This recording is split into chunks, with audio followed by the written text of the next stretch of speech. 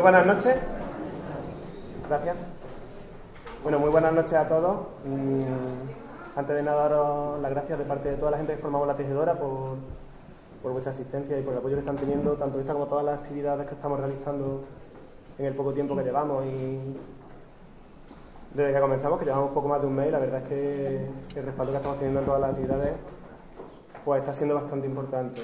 Hombre, siempre es más fácil cuando viene gente de la talla de Juan y de Carlos, pero también es verdad que estamos viendo mucha respuesta por parte de toda la gente de la sociedad cordobesa. En realidad, presentaros a Juan lo va a presentar Carlos, por lo tanto yo solo tengo que comentar un poco, si acaso, pues quién es Carlos Álvarez de Sotomayor. Podríamos decir muchas cosas por su trayectoria y demás, que es catedrático de filosofía, que fue director del Instituto de Estudios Transnacionales. Bueno, pero en realidad yo creo que lo más importante y lo que lo define aquí hoy y por lo que está aquí es porque es una persona de izquierda y es un buen aficionado al flamenco. Y eso era lo que le daba la categoría para venir hoy aquí a estar con nosotros. Y nada, solo daros las gracias y que disfrutéis tanto como vamos a disfrutar nosotros. Gracias. Muy bien. Yo espero que mi voz os llegue, ¿no? Yo quería agradecer a Eduardo y a la gente que presente de Atrapasueños, porque me parece que es una iniciativa editorial simpática, a la vez que rigurosa e interesante. Y las gracias también, especialmente a mi amigo Luis Vegara, que luego nos va a dar una copita, y que gracias al compromiso personalísimo que tenía también con él, pues estoy aquí. Bueno, Eduardo acaba de decir que yo soy, y yo lo ratifico, que soy un hombre de izquierda y además aficionado al flamenco.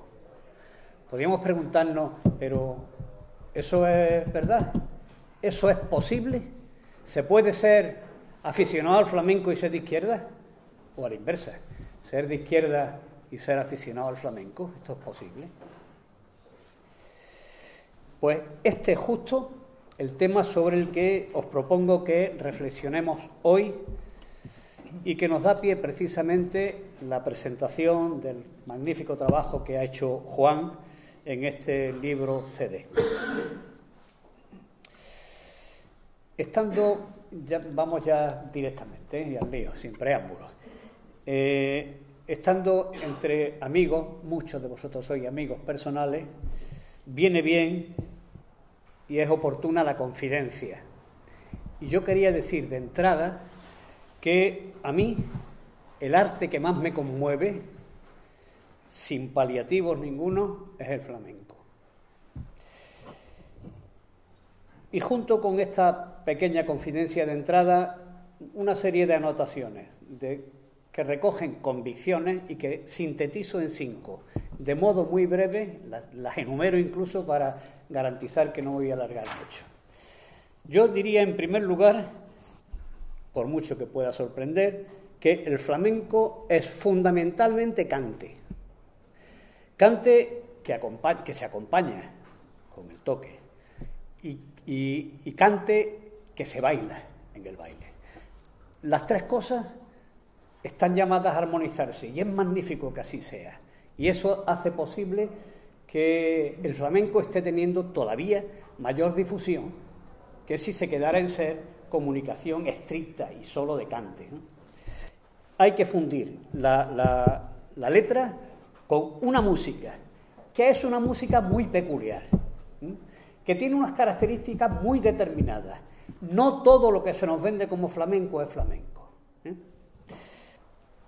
Como ocurre en el caso del fado, que tenemos una amiga portuguesa, como ocurre con el fado y con el tango, el flamenco nace, como todos sabemos, de una situación de marginación social. Luego va a seguir también casi las mismas trayectorias que siguió el fado y que siguió el tango cuando es domesticado por regímenes y regímenes dictatoriales en muchas ocasiones. Bueno, pero de verdad lo que hace que lo que hace que este arte se convierta en verdadero arte, el flamenco, es que el artista interprete en voz y en música los sentimientos que brotan de aquella situación, que repito, es una situación de marginación. Hay que decir también que no todos los sentimientos son de pura rabia, rebeldía y de protesta social. Esto es claro. También se expresa en el flamenco sentimientos de amor y desamor, la enfermedad, el dolor, la muerte, la soledad, la frustración, escenas de la vida cotidiana. Esto es innegable. Yo me acuerdo todavía, de una letrilla flamenca que yo me aprendí cuando chiquitillo, que expresa muy bien la frustración, ¿no? Aquella de: tengo un pocito en mi casa y yo me muero de sed porque la soga no alcanza. Bueno, todos estos sentimientos se recogen en el flamenco, pero sin duda había sentimientos que brotaban de esa situación de marginación y de exclusión social y que se traducían en un grito de indignación y de protesta.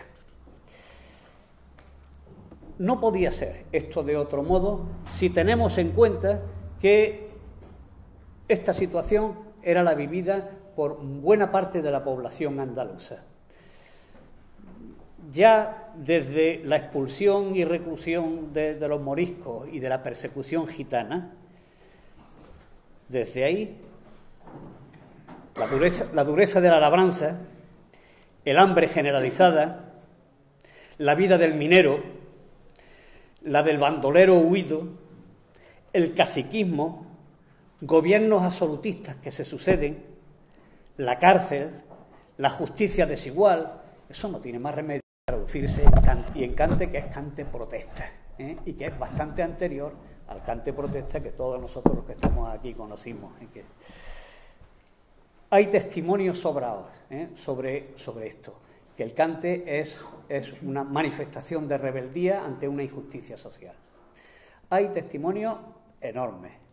Basta con que echemos un vistazo, y no lo voy a mencionar a todos, a la historia social del flamenco de Grimaldo, al pensamiento político en el cante de Ortiz Nuevo y unos pocos más. Todos ellos los ha trabajado Juan antes de ofrecernos esta criatura que es su libro.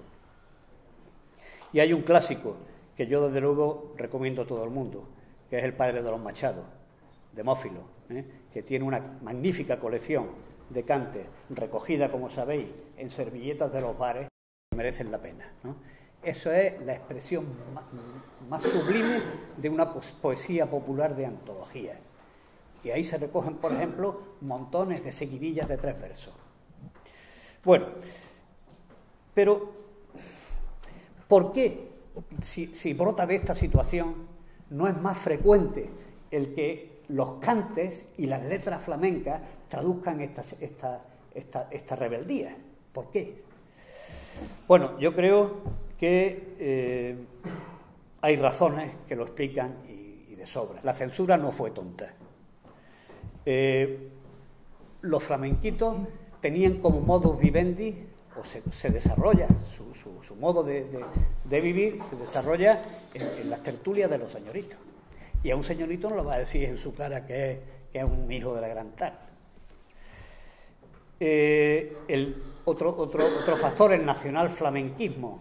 También tendremos ocasión de charlar con Juan sobre ello. La subvención institucional del flamenco o el conservadurismo social y político dominante en algunas peñas, en la mayor parte quizás, de las peñas flamencas. Todo eso son razones que justifican que este cante se haya autocensurado, peinado. Entendemos entonces expresiones como que, niño, no te metas en eso, que una cosa es el flamenco y otra la política. O bien esa expresión también generalizada de que el flamenco, el cantado flamenco, se arrima siempre al sol que más calienta. No pueden aceptarse estas afirmaciones y desde luego no se puede pretender que sean generalizadas.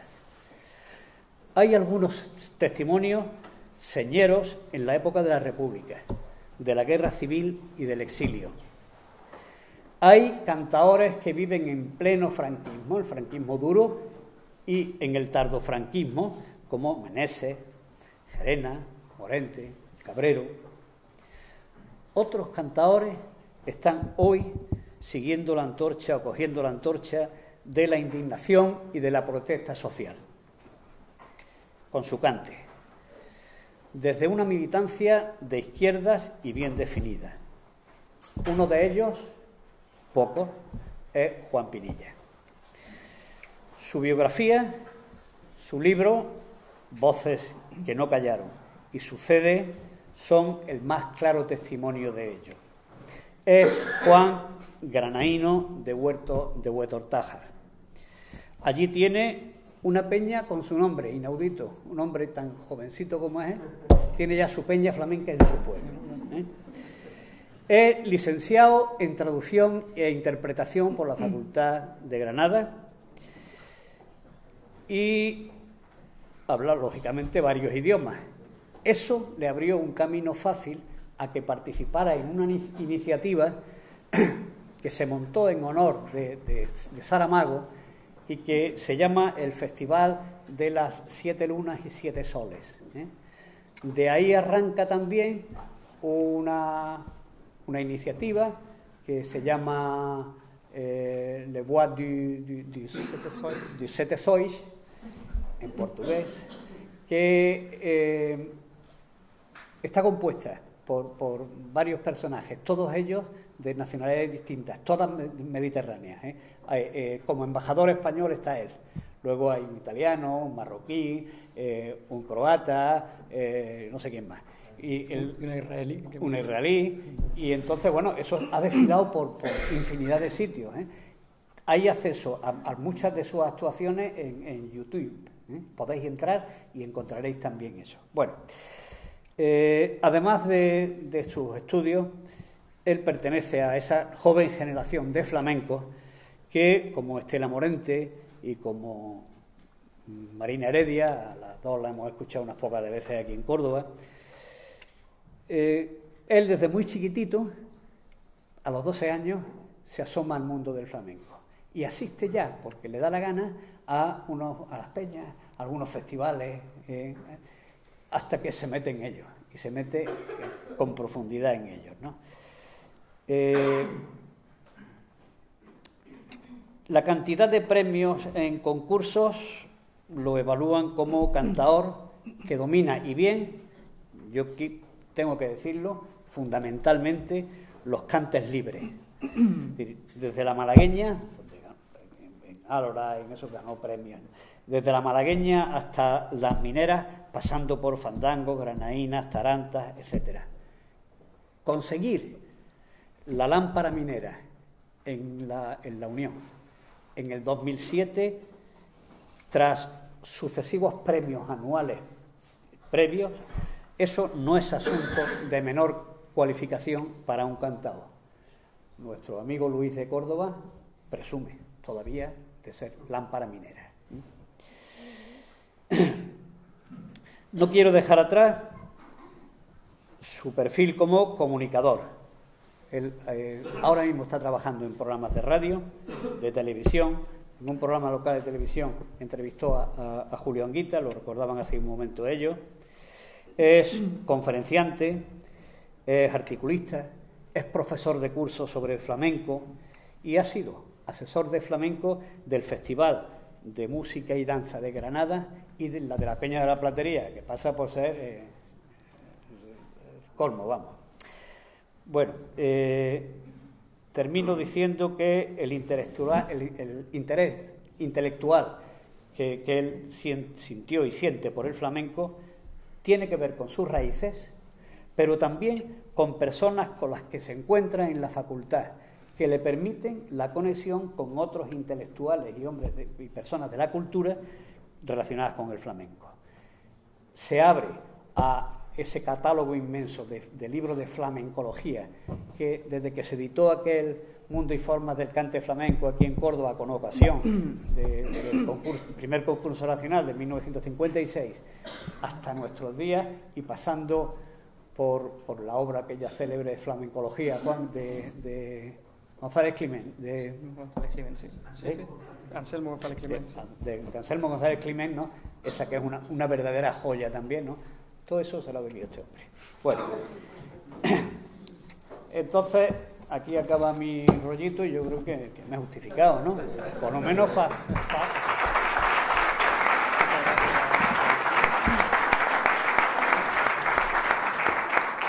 de su biografía. Por favor, entresaca, menciona algún detalle ante este grupo de amigos y de amigas que a ti consideras que merece la pena, ¿no? Que haya quedado oculto.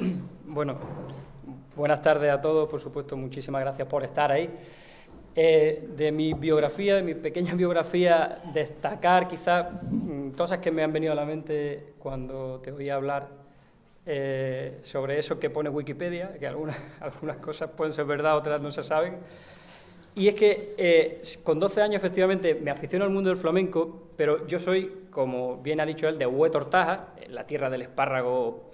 Aprovecho para hablar del espárrago verde y morado, ahora que empieza la campaña del espárrago de denominación de origen de mi pueblo. Y no soy de familia de campo, porque mi familia no han tenido tierra, pero soy de familia de albañiles, que no sé qué es peor, en el sentido de existe todavía en los pueblos la concepción, y a mí no me parece muy desacertada siempre y cuando no se pasen. A mí me pilló la época en la que se pasaban todavía, es que los niños tienen que trabajar desde que tienen fuerzas para mantenerse de pie. Yo recuerdo a mis compañeros venir a clase, y estoy hablando de los años finales de los 80 y del 90, venir a clase de trabajar y de cortar espárragos por la mañana, Y a mí me tocó la escayola y la albañilería. Desde muy pequeño me quedaba dormido en los sacos de cemento. Y mi padre canta excepcionalmente bien. Tiene una voz de falsete y una voz grave cuando quiere. Canta por fandangos que quita el sentido, de los mejores fandangueros que yo he escuchado. De hecho, lo quiero grabar la semana que viene porque está perdiendo ya facultades los años que le están pasando. Y odiaba el flamenco. Porque lo odiaba en el sentido de decir, en mi casa cuando sonaba me parecía maravilloso Marchena, me parecía un jilguero, Caracol, pero claro, a las 8 de la mañana me despertaba mi padre y a cantar a las 8 de la mañana, y yo le tenía un coraje al flamenco. Y un coraje que yo relacionaba con mi padre a las 8 de la mañana trabajando, y a la hora de volver unas ganas de cantaba los fandangos de Toronjo siempre cuando volvíamos, yo unas ganas de llegar para jugar con mis amigos. Bueno, perdona que me extienda, suelo hacerlo. Y un día, una boda, también odiaba las bodas, había una boda en Loja, había una boda en Loja en un restaurante, y justo en la parte de arriba se celebraba la final del concurso de la bolaera, que ganó Luis de Córdoba en el año 72 también, la final del concurso de la bolaera, y yo tendría pues eso, 10 o 11 años. Y yo le dije a mi padre se fue a la final del concurso y mi madre y mis hermanas a la boda. Me metí con él en la bolaera, y cuando yo vi cantar por primera vez, recuerdo al califa de aquí de Córdoba, a Julián Estrada. Julián Estrada estaba empezando todavía, sería el año 90, 91, cuando vi cantar en directo ante un jurado, echando todo lo que es la carne en el asador, y escuchaba yo a los viejos, porque de mi edad, pues mi año no había ni nadie, era el que menos me llevaba 50 años, escuchaba yo a la gente mayor hablar de eso es una solea de Triana, una solea de Alcalá, esto es una malagueña del Perote, del Mellizo. A mí aquello me revolvió las entrañas, yo dije, yo quiero saber lo que es una malagueña del Perote, lo que es una malagueña del Mellizo, y hasta aquí estoy, y hasta aquí he llegado. Desde ese día hasta aquí he llegado. Resaltarlo por algunas de las anécdotas que has comentado ahí. Muy bien. Bueno, pues entramos, si os parece, en el libro. En una de las primeras páginas, tú, y anticipándote a datos que luego ofreces como contrastación, afirmas que el objetivo que tú te has propuesto en el libro es mostrar al lector, textualmente, que por las venas de los flamencos corrió a la par un ramalazo de compromiso. Eso frente a la opinión generalizada en muchos ámbitos de que el flamenco es el que se arrima al sol que más calienta. Bueno, sostienes que tiene un ramalazo de compromiso. Y haces también estas afirmaciones. El flamenco es apartidista, pero eso no significa de ninguna manera que sea apolítico. A continuación dice, el flamenco está más cerca de la acracia. Y termina, y la acracia, evidentemente, está más cerca de la izquierda que de la derecha, autoritaria, ¿no? Sí. A mí me gustaría que, como son frases un poco gruesas, que tú las explicitaras un poco, ¿no? Sí, bueno, efectivamente, es decir, yo pretendía escribir o agrupar todas las ideas de lo poco que se había escrito en torno a esto, basándome en... Sabemos que la historia, hay dos tipos de historia, la que está contada por los que han tenido voz y la de los que no tienen voz. En este caso, en torno al flamenco, se había contado por parte de los que tienen voz, por parte de todo ese entorno, ese aparato folclórico, ahora sí porque sí se puede emplear la palabra folclórico, que giraba en torno al franquismo y que se apropia de una parte del flamenco y que eso es lo que exporta y eso es lo que vende. Y por eso todavía nos llega hoy y algunas personas tienen la concepción del flamenco de la época franquista, el flamenco. Pero observando la historia nos damos cuenta que no, que por las venas de los flamencos efectivamente corrió un ramalazo de compromiso y que hay verdaderas biografías, verdaderas historias, verdaderos ejemplos que merecía la pena ser reseñados. Algunos de ellos de una importancia histórica y musical excepcional y algunos de ellos que forman parte de ese ejército de nombres que se encuentran todavía hoy, para nuestra vergüenza, en las cunetas de España, estercolando nuestra maravillosa tierra. El flamenco, hay muchos nombres de cantaores, de palmeros, que entonces era la guerra civil pilló cuando la época de la ópera flamenca, que estaban las grandes compañías, hay muchos nombres de ellos que perdieron la vida en la contienda, que formaron parte de la mayoría, tomaron parte por la República, hubo nombres, algunos contados, que combatieron en el bando nacional, pero la mayoría se posicionan prácticamente todos a favor de la República y graban. Me estoy yendo no quiero irme del guión, que me estaba preguntando. No te preocupes. Que era, por cierto... Eso, de que había afirmaciones como que sí. No significa... el que sea partidista no es apolítico. Me he acordado de Juan José Tellez, un gran periodista al que yo sigo y leo. Él dice que él estudió periodismo, aprendió periodismo, en las viñetas de Lucky Luke, de aquella gran imprenta del Far West que atacaban los forajidos y cuyo lema era independiente siempre,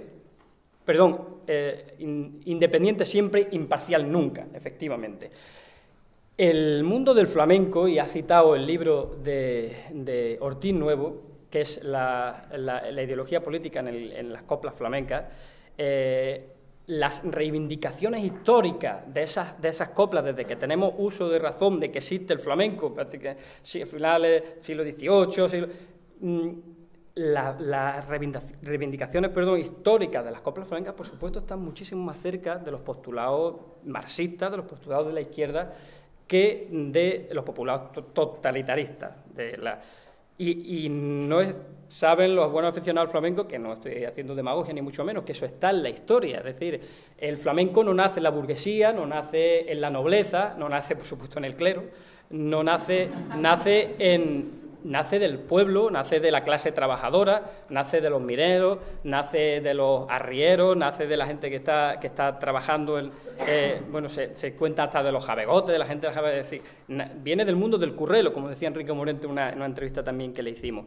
Y por supuesto, de una gente un pueblo como el andaluz, y resuelto lo del andaluz, para acabar ya por una vez por todas con esas polémicas estériles de que si gitano, que si castellano, no señora.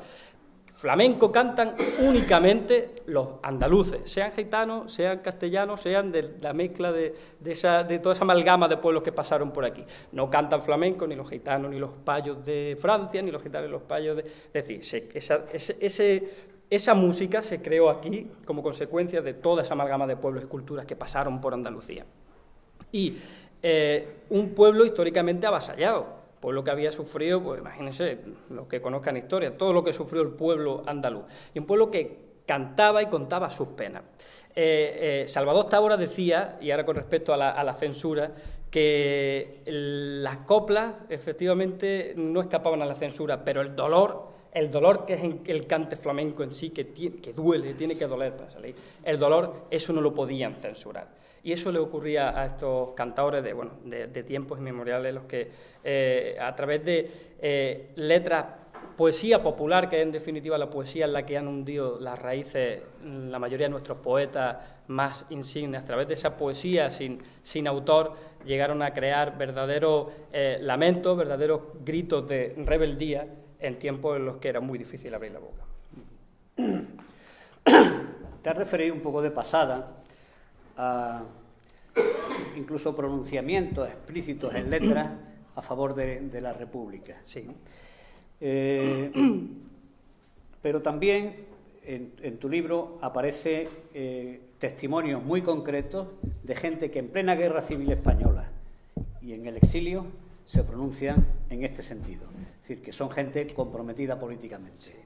¿Te importaría recordarnos algunos de esos? Sí, por supuesto. Además hay uno que es especialmente interesante, que es el Curruco de Algeciras. El Curruco de Algeciras, un grandísimo creador de fandangos, de los fandangos más personales que se han creado a lo largo de la historia del flamenco, una musicalidad impresionante, tomó parte por la República, grabó una serie de fandangos republicanos muy conocidos, que después grabaron otros de sus congéneres y que los han reproducido después los cantadores de las posteriores generaciones. Y, sin embargo, cuando el avance nacional por Algeciras, a él lo detienen, tiene que echar mano de un amigo suyo, no recuerdo bien ahora si era médico, y el amigo, esto son unas investigaciones de Juan Rondón, su biógrafo, y el amigo, pues consigue que no lo encarcelen, no tenía delitos de sangre, pero fíjense las cosas, el cantador republicano por antonomasia, que es el Curruco de los más conocidos, entre otros pocos, tiene que combatir luego en el bando nacional. Y muere en el frente, hasta hace poco se creía que en el de Teruel, pero muere en la batalla del Ebro por fuego republicano. Muere por fuego republicano.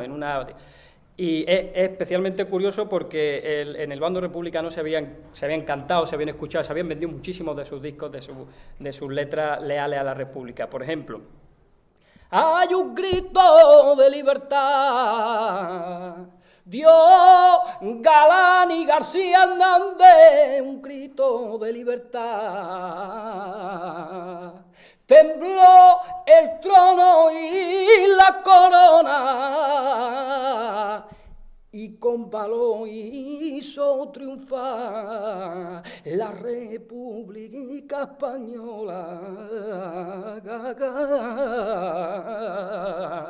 Se puede decir más alto, pero no más claro. Yo creo que es más contundente imposible. Muchas gracias.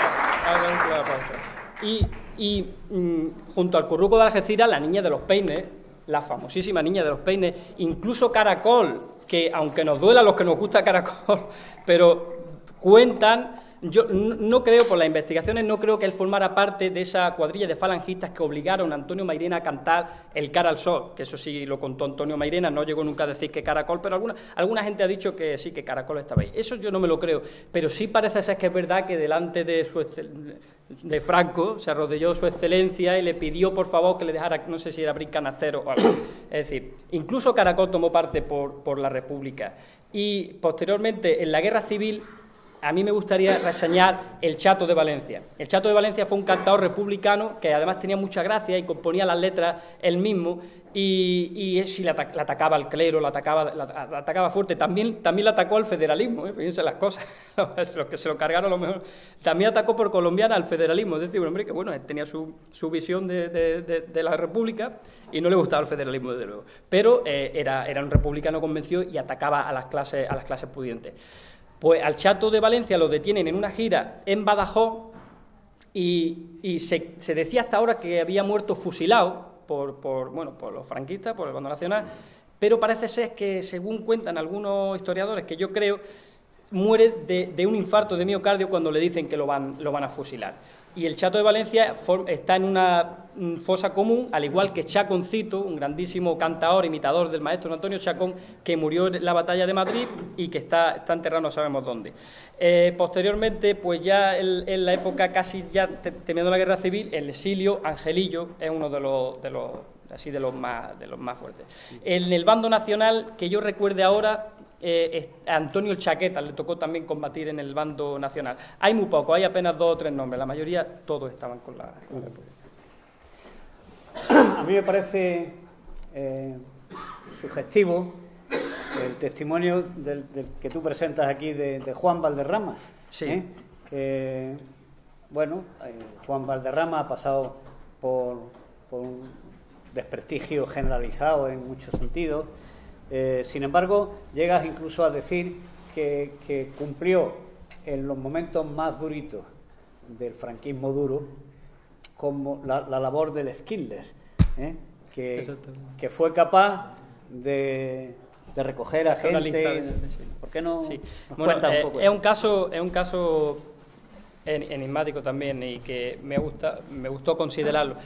Juanito Valderrama, como sabemos, él estaba, creo, afiliado a la CNT y le tocó participar en la guerra civil, por edad es lógico. De hecho, uno de mis tíos abuelos lo recuerdan cantando en Marto a los batallones republicanos. Ya era un joven cantador Valderrama, creo que nació en el año 16, si no me equivoco. Entonces, por tanto, estaba jovencillo en la guerra civil. Y Valderrama, una vez que termina la contienda, él no sufre represalias y es de los primeros que puede rehacer su compañía y comenzar a trabajar. Juanito Valderrama, que ha sido también uno de los que, se le tildó de cercano al régimen, de hecho se sabe que cantó para Franco, y de hecho conoce la anécdota tan conocida del emigrante, en la que Franco le pide que repita otra vez la canción, y Valderrama, cuenta Antonio Burgos, decía: este hombre se quiere enterar de verdad de lo que va esto y me va a fusilar aquí ahora mismo. Palabras textuales lo cuenta de esa forma. Y Valderrama, sí es verdad que es decir, eso lo sentía porque él cuenta cuando iba pues por ejemplo a Orán, o cuando iba a Tánger y se encontraba allí con los exiliados, que lloraban, que lo abrazaban, que le decían: yo estuve en tu batallón, yo estuve en tal. Es decir, y a raíz de esos emigrantes fue cuando escribió esta canción. Y Juanito Valderrama, en su compañía, pues reubicó a artistas como por ejemplo José Cepero, que había sido un artista también pegado a la República, que estaba absolutamente denostado durante la época de la dictadura, y a otros como Esteban de Sanlúcar, Largo, etcétera. Es decir, sí cumplió una función en ese sentido integradora y con conciencia de retomarlos a ellos desde es decir, apuntando el sentido artístico y la validez artística que tenían la mayoría y bueno, que había sido un error denostable en ese sentido. Bueno, y nos acercamos al momento ya del tardo franquismo, la transición hasta nuestros días. El flamenco es deudor de su historia. Nuestros cantadores beben en fuentes de un pasado que está empeñado en poner silenciador al grito. Viene a convertirse la situación en una especie de bozal para taponar el grito. Asuntos como el siguiente: el estado de necesidad de los flamencos, que, como dije antes, no tuvieron más remedio que resolver sus habichuelas pues cantándolo a los señoritos. La censura implacable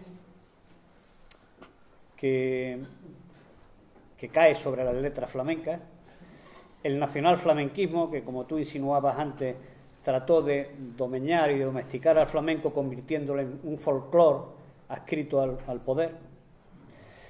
Yo me pregunto y te pregunto también: ¿en qué medida el bipartidismo establecido y el hecho de que el flamenco haya accedido a su política de subvenciones no hace también de filtro para la protesta? Es decir, el sometimiento a...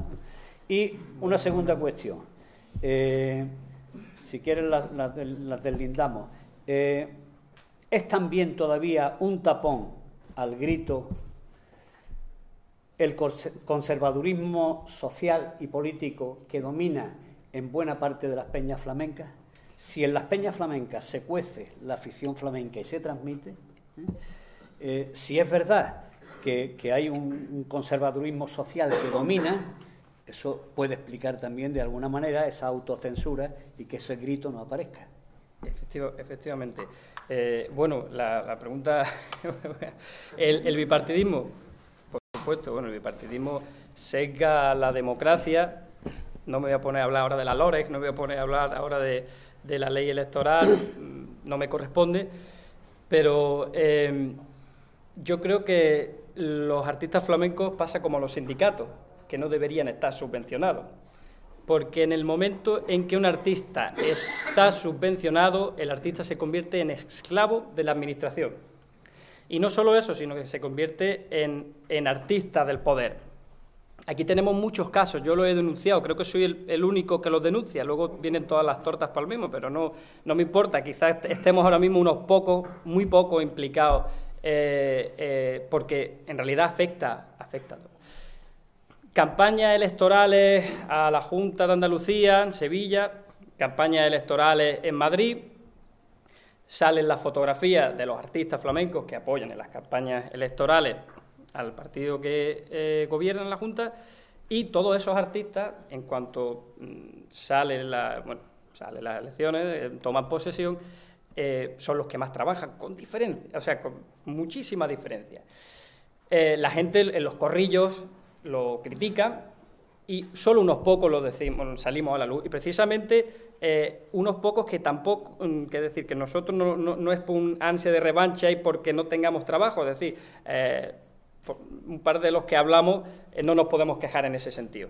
Pero sí es verdad que la política de subvenciones hace que los artistas estén constantemente pendientes primero de militar y de tener el carné, en este caso, digámoslo claro, en Andalucía trabajan los que tienen el carné del PSOE, y eso lo dijo Manuela Carrasco en una conferencia, se levantó y le dijo, pero ¿qué pasa aquí? Que solo trabajan los que tienen el carné del PSOE, y eso ha sido un lastre, eso ha sido tremendo. Ha habido millones, hablamos de millones de euros que se han invertido en un solo artista, que la mayoría lo conocen, o en una sola artista, o en una sola bailadora, y sin embargo, el 80% de los festivales flamencos de Andalucía en que le daban de comer a la casi práctica totalidad de los artistas flamencos han desaparecido. Es decir, la política de subvenciones además se centra en artistas concretos, no crea una infraestructura en esta tierra para que eso no ocurra, no crea una infraestructura para que haya... ahora sí se están dando algunos pasos, pero después de muchas presiones. Se está llevando a la universidad, se están creando el flamenco en la universidad, el flamenco en las aulas, pero en general existe una lucha desde los años 70 a los años 80 por esa politización del flamenco, ¿no? Por esa utilización como política del flamenco. El flamenco como arte no está al servicio de ningún partido, ni debe estar ni de ninguna ideología. Ahora, otra cosa es los artistas, la implicación política de cada persona, que es algo que también vengo a criticar al final en el libro. Al final, las conclusiones a las que llego en el libro son trágicas para mí. Es decir, analizo la implicación política de los artistas flamencos hasta ahora, pero llegamos ahora y apartando a José Domínguez Muñoz, apartando a Manuel Gerena, a Paco Moyano, que ahora hablaremos de él también, de Alhama de Granada, y a Meneses, que Meneses ya renegó, además públicamente reniega de su idea actualmente, pero su papel en la transición es incuestionable. Nos encontramos con que apenas si hay conatos de protesta y apenas se cuentan o se contesta desde el cante, desde la posición. Y ahora me acuerdo de Saramago, cuando decía, es decir, la literatura está por encima de esto, pero yo como persona, yo no me puedo apartar, es decir, yo como artista no me puedo apartar de lo que soy yo como persona, de mi compromiso social y ético. Y eso es lamentable que no exista ahora mismo en el flamenco. ¿Y coincides conmigo en que otro factor que puede explicar el que el flamenco haya estado un poco domesticado es que, como se fragua en buena medida en las peñas, y en las peñas hay, entiendo yo, una especie de talante fundamentalmente conservador entre la gente que las compone y tal, ¿tú consideras que eso puede ser un dato que explique también el que y que el flamenco no sea protesta. Puede ser. El problema es que cuando se va a las peñas flamencas, yo soy peñero, es decir, yo formo parte de la Peña de la Platería, tengo esta peña en mi pueblo, en Montefrío otra, es decir, pero los cantadores saben que ahí tienen que ir a cantar por derecho. Ahí tienen que ir a cantar por soleá, ahí tienen que ir a cantar por seguirilla, que en un momento, sí, por supuesto, puede influir. Es verdad que el mundo de las peñas flamencas en general necesita un debate profundo, una reorganización, una reestructuración, necesitaría que entrara aire fresco, aire nuevo, eso sí es verdad. Y el problema es que hay poca, no hay mucha base donde podamos echar mano, y por eso está tan encorsetado y tan englosado en eso. De acuerdo.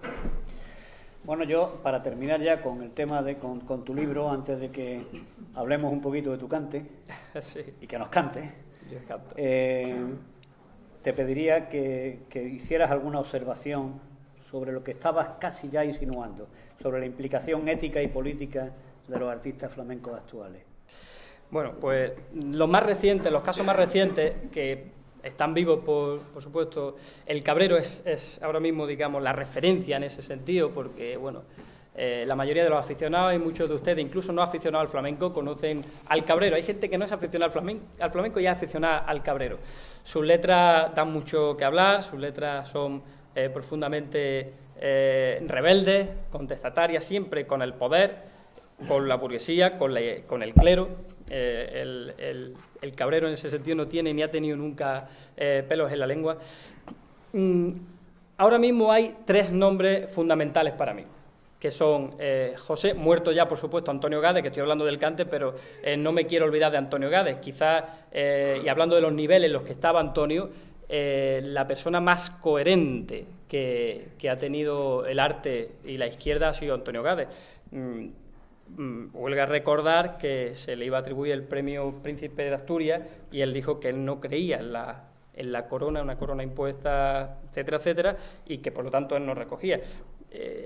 Hay muchas personas del mundo, incluso muy próximas al Partido Comunista, que esas posturas no la entienden. Es decir, yo mismo y a Marco Ana le tengo un especial cariño y un especial interés. Cuando se promovió su premio Príncipe de Asturias no lo entendí. Es decir, yo intento ser lo máximo coherente con mis ideas. Antonio Gades lo rechazó. Mario Maya, que nació aquí en Córdoba, aunque granadino, su madre era la Rana del Sacromonte, una bailadora. Mario Maya también tuvo muchísimo que ver con la protesta a través del baile flamenco. Y llegamos a Paco Moyano, granadino, y a Manuel Gerena, los que sin duda sufren más cárceles. En el caso de Gerena, creo que fueron, no sé si 600 y pico veces las que estuvo en las 72 horas obligatorias, y Paco Moyano, que a la par de cárcel, que estuvo años en la cárcel, recibe tortura, es torturado y es vejado. Paco Moyano ha sido sin duda el que más, él lo dice de esta manera, él dice que fue el cantador que más hostias democráticas se llevó, porque se la llevó toda.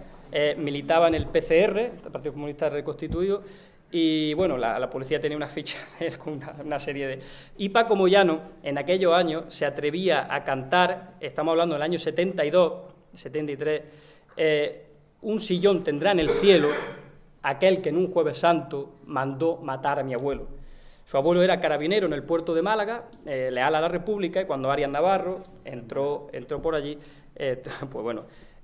Paco cantaba cosas como esa y tenía un poema que se llamaba Militante, que era la militancia comunista, que dice, cuando por entonces, los rosales que mi patio tiene, rocío, rocío, floreciendo están, si la noche asesina una rosa, al alba se abren un puñado más.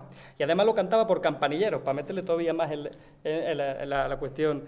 Y no me gustaría olvidarme tampoco de Luis Marín. Luis Marín ha sido un gran descubrimiento para mí, yo no lo conocía. Era un cantador rondeño que fallece atropellado en la transición. Él cantaba, ahora les voy a cantar una cosa suya, un poema que le hizo Grimau. Él cantaba, bueno, era próximo al Partido Comunista y cantaba en todos los actos, los mítines, en la clandestinidad, estamos hablando del año de la clandestinidad, y es atropellado en extrañas circunstancias, lo mismo que el Piqui, otro cantador granadino, que se atreve a grabar, yo no sé por qué los de la Plaza Los Toritos tienen que ser de Domecq, cuando no había quien se metiera con Domecq en aquella época, hoy tampoco, pero en aquella época menos.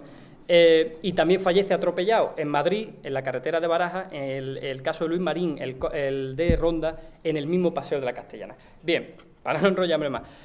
Paco Moyano, Manuel Gerena, que decía cuándo llegará el día en que la tortilla vuelva a ser popular, que los pobres coman bien y los ricos coman mierda, y cosas por el estilo, o lo que yo he grabado aquí suyo que dice, es una cartagenera que dice, tengo que cantarla para acordarme, a ver. Dice, si eres patrón de esta tierra, vergüenza debe de darte. Si eres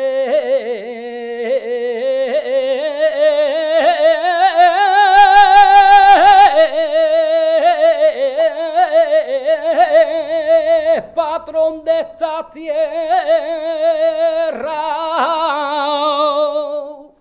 tener tan alta la hierba y el pueblo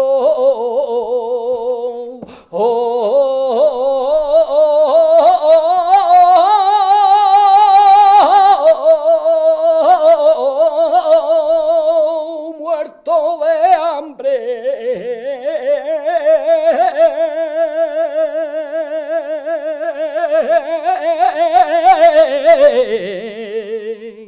O la corta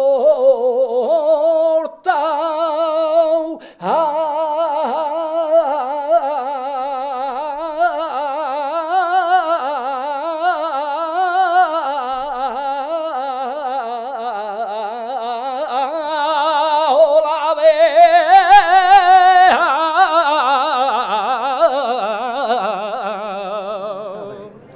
Bueno, pues eso es lo que hago, Gerena.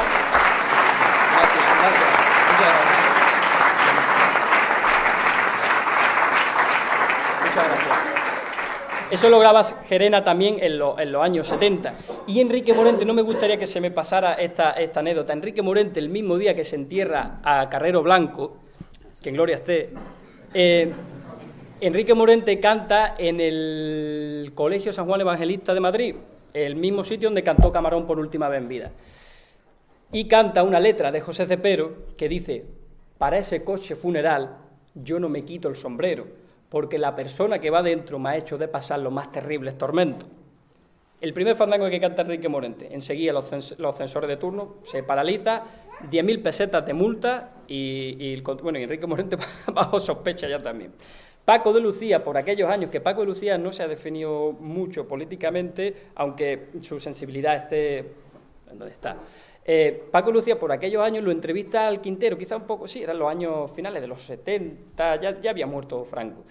Y Paco de Lucía, bueno, ya siempre ha sido muy tímido, decía, ¿y ahora qué digo yo? ¿Y ahora qué cuento yo en la entrevista? Pues no sé, Paco, tú qué cuentes, te va a preguntar, le decía al Quintero, pues yo te voy a preguntar pues sobre cómo la guitarra, tal y cual, y dice Paco de Lucía en la entrevista, ¿cómo es la técnica de la guitarra? Dice, pues en la guitarra, la mano izquierda es la que piensa y la derecha es la que ejecuta.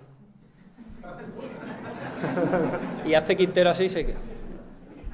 Y Paco pues está tranquilo. A la semana, a las 2 semanas, un corrillo de falangistas, de fascistas, lo acorralan a la salida de un teatro en la Gran Vía y se tiran a apalearlo, que lo tuvieron que intentar romperle las manos, es decir, no sabemos lo que hubiera sido de Paco y Lucía si le parten allí los brazos, imagínense. Es decir, son anécdotas que... La implicación política de los artistas, moral, ética, que me perdonen mis compañeros, muy lamentable, actualmente, muy, muy lamentable. Prácticamente no existe. Están la mayoría resignados.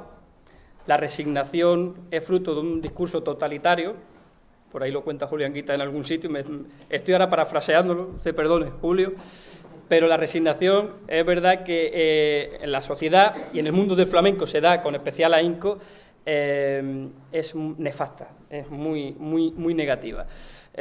¿Por qué? Porque a expensas de esa resignación los artistas no han suscrito nunca manifiestos, no han querido crear ningún tipo de convenio, se han vendido, estoy hablando de los más recientes, entonces tenían bastante más conciencia antes, que fuera difícil.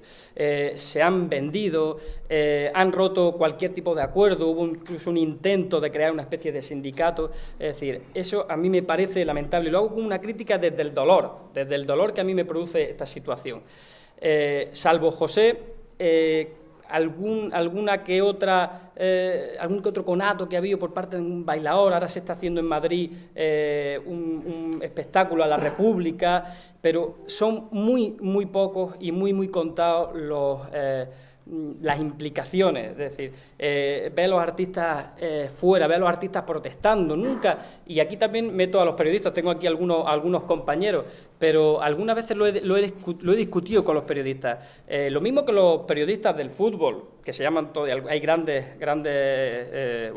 comunicadores, ninguno ha hablado de lo que ha hablado mi amigo Antonio Romero en La Costa Nostra, de cómo se blanquea el dinero en el mundo del fútbol y cómo el negocio del fútbol sirve para que haya trata de drogas, trata de seres humanos, etcétera, etcétera, etcétera. Y hay un informe de la OCDE que también lo denuncia por ahí hace unos pocos años. En el mundo del flamenco, en menor categoría, nunca se le ha metido mano a grandes empresas muy cercanas al poder de management, que son las que copan la mayoría de las actuaciones, incluso circuitos muy cerrados, muy herméticos, que no hay cojones quien se meta ahí, quien no se mete ahí con ellos. Bueno, pues todavía hay compañeros periodistas, sobre todo los que están en Sevilla, que son los más cercanos al poder, que no le han metido, bueno, todavía no sé si algún día lo harán, y todo eso forma parte del periodismo, y todo eso me lo dijo Enrique Morente en una entrevista, y todo eso forma parte también de la investigación, que está muy bien que sepamos si tío Luis de la Juliana fue el primer cantao, pero el mundo del flamenco es muy amplio y abarca. Y ya me estoy yendo de nuevo, concluyendo. En la actualidad, aunque hay casos poquitos, pero hay casos excepcionales, y hay, por supuesto, personas que honradamente se han ganado la vida y bueno, ellos solo entienden de su trabajo y del flamenco, pero yo sí echo en falta, y más ahora más que nunca, implicación en los artistas flamencos, implicación ya no solo política, sino social, ética, moral. Eso no existe. El mundo del flamenco para mí no es ninguna confesión, es el arte sin duda que más me llega. Gracias al flamenco yo he llegado a la pintura, he llegado a la literatura, he llegado a Kafka por el flamenco, he llegado a Saramago por el flamenco. A mí el flamenco me ha llevado a todos esos sitios. He llegado a John Coltrane por el flamenco. Llegué incluso a Chabela Vargas por el flamenco, por poner un ejemplo musical. Como digo, el flamenco para mí es una parte viva, impresionante de nuestra cultura, de esa cultura que, si me permití, además, en un libro maravilloso que se llama, de los hermanos Cava, que se llama Andalucía, su cante hondo y su comunismo libertario, dicen, y lo voy a leer, la única cita que os voy a leer, dice: cultura es una categoría del ser, no del saber o del sentir, es la acuñación, la conformación de ese total ser humano. Aspirar a la cultura significa buscar con clamoroso fervor una efectiva participación e intervención con todo cuanto en la naturaleza y en la historia es esencial al mundo y no mera existencia y modalidad contingente. Además, cultura es humanización y entre los intelectuales abunda mucho el deshumanizado, el hombre de noticias. Un poco en esta línea es en la que me quiero expresar yo. Muy bien. Bueno, pues con esto hemos terminado la parte de la entrevista que se dedica al texto escrito, y todos sabéis que en el librito está por detrás la grabación de una serie de cantes. Vamos a hablar brevemente ya sobre esto, porque lo importante es que terminemos de escucharlo y cantar por lo menos un par de cosas. Yo creo, como dije al principio, que Juan Pinilla muy bien puede situarse en la línea de Meneses, Gerena, al que desde mi punto de vista supera, en la línea también de Enrique Morente y en la línea también del Cabrero. Esto por citar quizá a los más conocidos por todos nosotros, ¿no? Juan creo yo que compone y desarrolla los cantes con verdadero gusto. En la cartagenera que acabamos de escuchar y sobre todo el remate lo habéis podido comprobar. Es un cantador largo, en la doble acepción que esto tiene en la terminología flamenca. Es decir, es capaz de hacer una amplia gama de cantes, como dije antes, ¿no? Desde la malagueña hasta la minera, la cartagenera, pasando por la granaína, media, fandango, etcétera, etcétera. Pero, aunque estos son los cantes libres en los que él más se ha destacado por su propia preparación, sin embargo es verdad que se ha metido también en cantes de compás y que lo ha hecho muy dignamente. Digo que es también cantador largo en el sentido de que es capaz de alargar los tercios, también lo hemos podido comprobar, ¿no? Yo creo que es interesante también destacar la sintonía que él establece con el público. Aquí ya lo hemos podido ver y mira que lo que estamos es hablando nada más, ¿eh? Pero su sintonía, eso es muy importante, porque es fundamental que el artista sepa comunicar. Y él lo hace. Él lo hace. Hay un montón de grabaciones en vídeo hechas que así lo demuestran. Su voz, respecto de su voz, yo considero que su voz es la que se denomina, en terminología flamenca, natural, muy próxima a la de Meneses, Enrique Morente, Calixto Sánchez, Luis de Córdoba. No es una voz laína y floría como la de Marchena, tampoco la voz afillada de Terremoto, de Borrico de Jerez.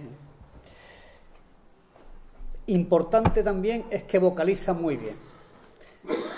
Las letras que están aquí al final, las letras de su grabación que están aquí al final, y nos facilitará mucho el poder seguirlas, no ofrecen la menor dificultad, porque es que es verdad que él vocaliza muy bien, que se entiende cantando.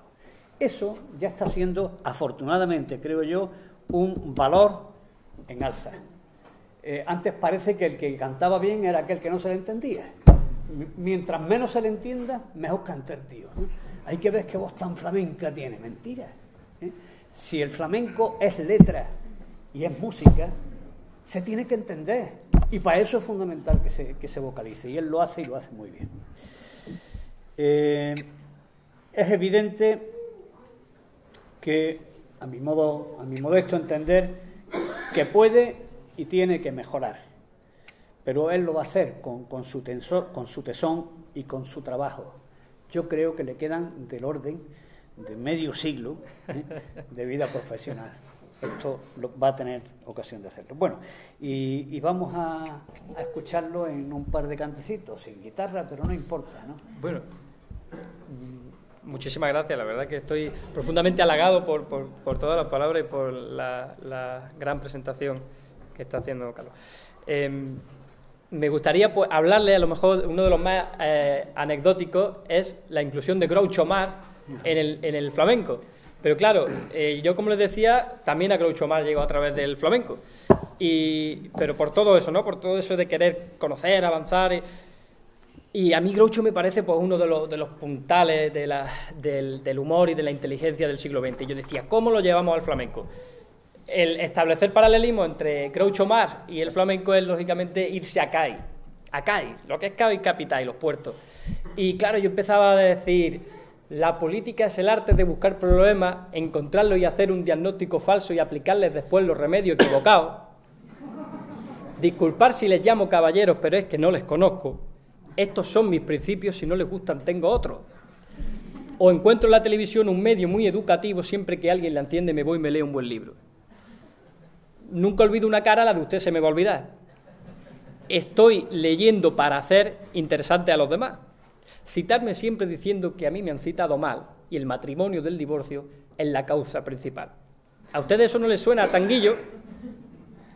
La política es el arte de buscar problemas, encontrarlos y hacer un diagnóstico falso y aplicarles después los remedios equivocados. Disculpar si les llamo caballero, pero es que no les conozco y estos son primitas a todos mis principios, y si no les gusta yo tengo otro, y si si no le gusta, yo tengo otro.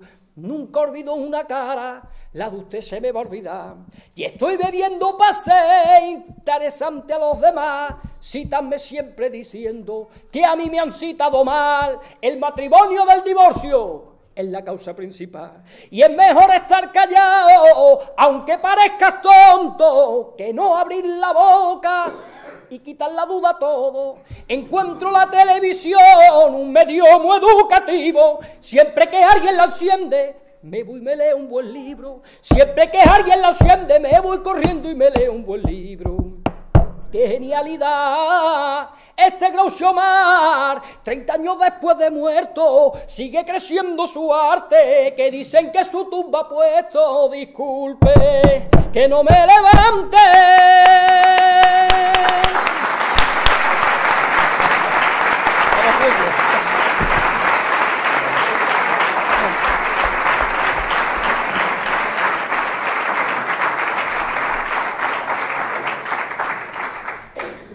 No ha hecho falta la guitarra, ¿verdad?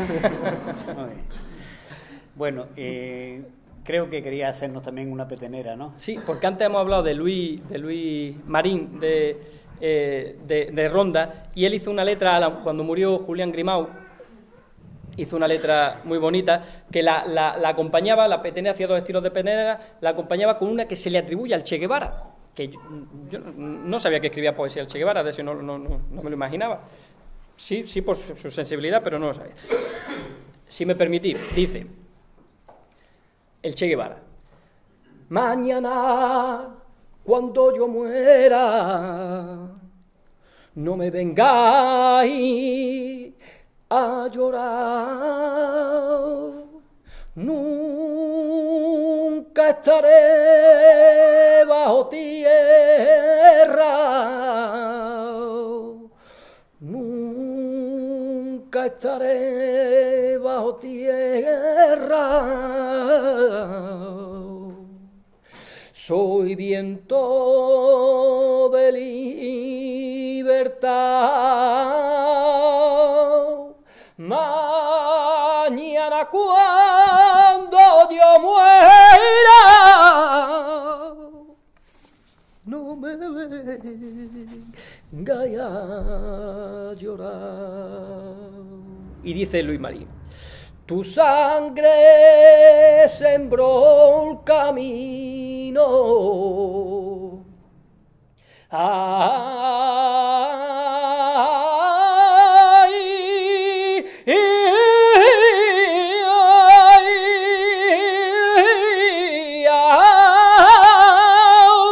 Tu sangre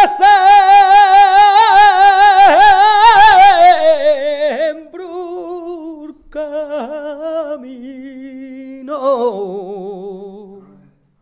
de flores de libertad. Yo quiero ser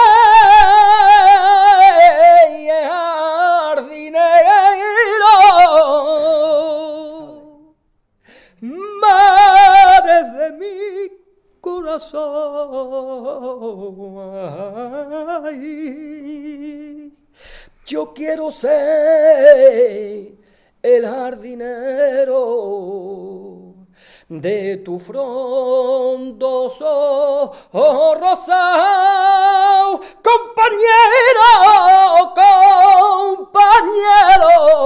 ay, muerto por la libertad. Compañero, muerto por la libertad. Compañero, muerto por la libertad.